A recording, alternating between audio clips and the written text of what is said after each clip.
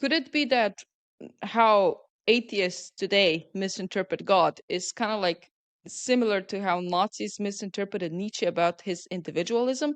Because just as Nietzsche's ideas were co opted by Nazis to support authoritarianism, some atheists critique faith as like inherently oppressive. So, and totally dismissing the value of individual spiritual experiences and moral frameworks that can emerge from their religious beliefs. Exactly. Yes. It's what I called a religious placebo effect. Nietzsche Mm. said, "It's my ambition to say in 10 sentences what others say in a whole book." I don't want to get into Mm. religion, but I think also, as far as misunderstanding Christianity goes, I think Jordan Peterson did like a religious version of that with his YouTube series on Bible studies, you know? So he kind of like presented to people what the church couldn't present in the last couple of decades. And he also said that God is dead and we've killed him.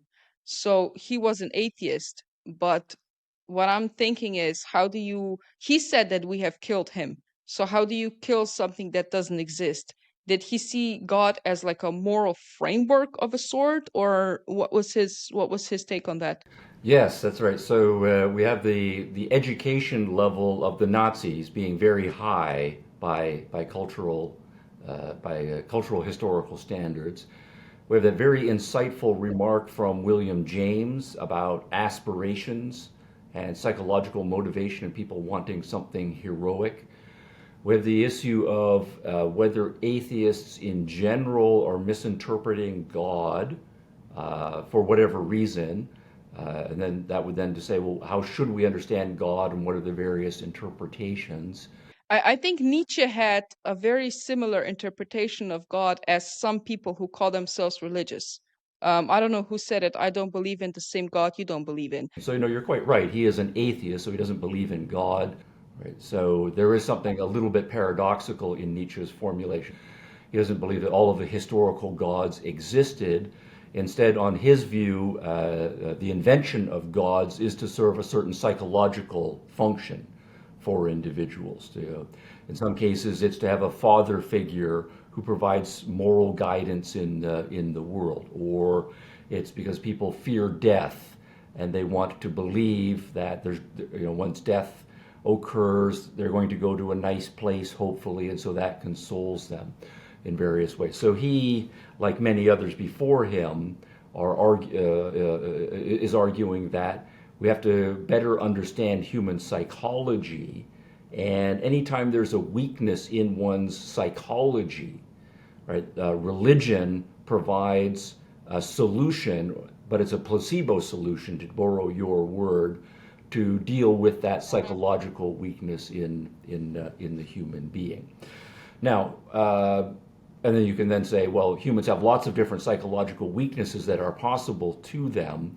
So we would expect that there's a variety of types of religions designed to help people cope with those psychological problems.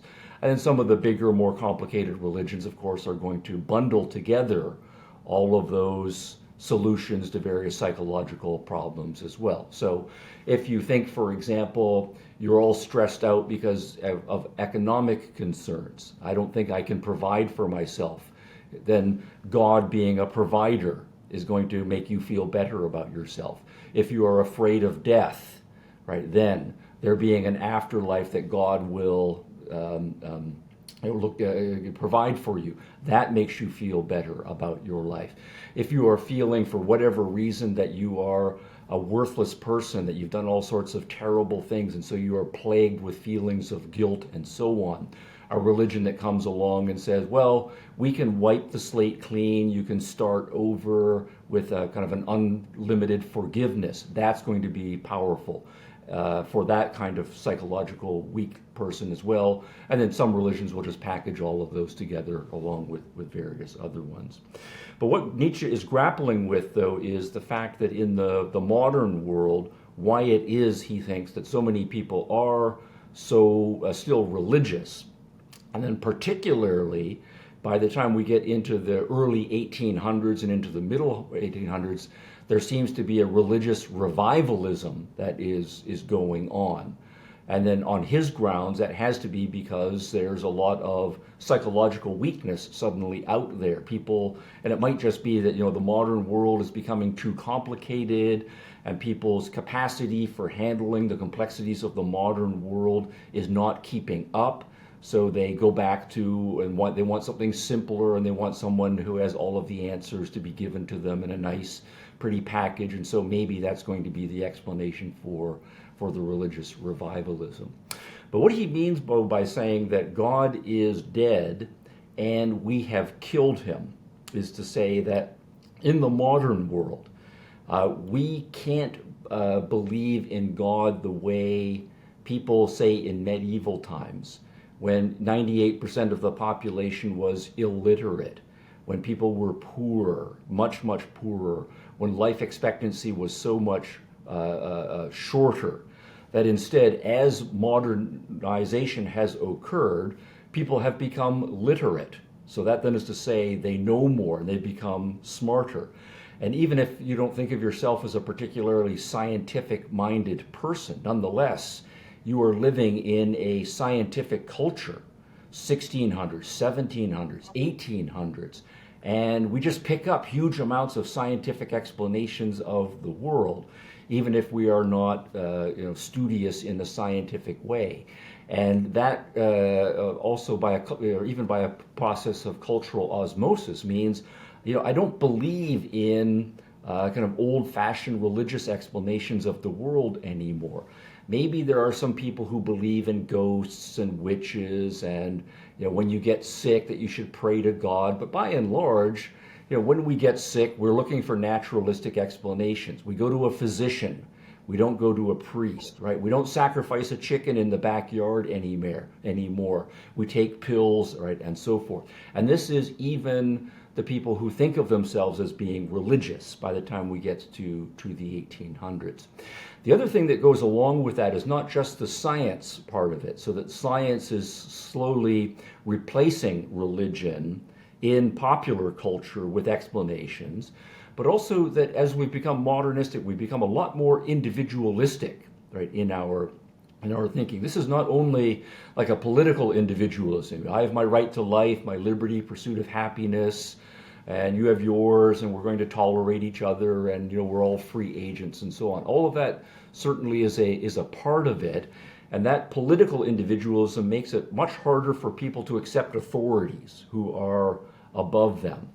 But again, in the modern world, we are replacing not only the political authorities, right? We're getting rid of all of the feudalisms, right? And the idea that there's a tribal chief or there's a king, and we just have to do whatever the tribal chief or the king says. That we are free agents in some sense. You can't push me around, and I'm going to stand up to the government.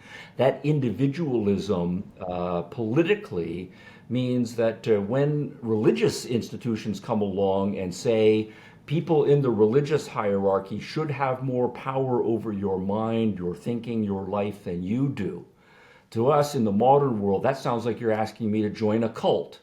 And I don't join a cult. I go my own way. And then also the part of the individualism, I think for myself. People are much more literate. They are much more educated. So instead of just saying you are the priest or you are in some hierarchy and only the elite hierarchy can say what God really means and interpret the text for you, and you just have to listen in church on Sunday and do whatever your priest tells you or believe whatever your priest wants to tell you. No, I can read the Bible for myself, and I can read other religions for myself, and I can think for myself. To the extent that people then are more cognitively independent, they don't trust intellectual authorities as much, and they don't have faith in those intellectual authorities. But that faith in intellectual authority was one of the great pillars of traditional religion. So again, all of that is being swept aside. So what we have is people are more scientific, they are thinking more for themselves, and they are kind of culturally, politically much more don't push me around. That then is to say, those three pillars of traditional religion have gone away culturally. And so it's a metaphorical way of saying religion has died out in our culture. and God is dead is simply an arresting rhetorical formulation of that. So if you presented your morals or what you see as moral to Nietzsche, he would do a genealogy.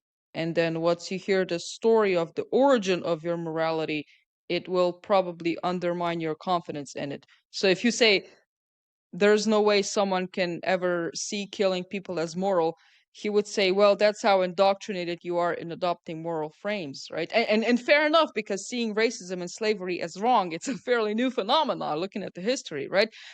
What did he mean by we will have to create our own values? I assume he didn't see morality and religion interconnected in any way. He separated them totally.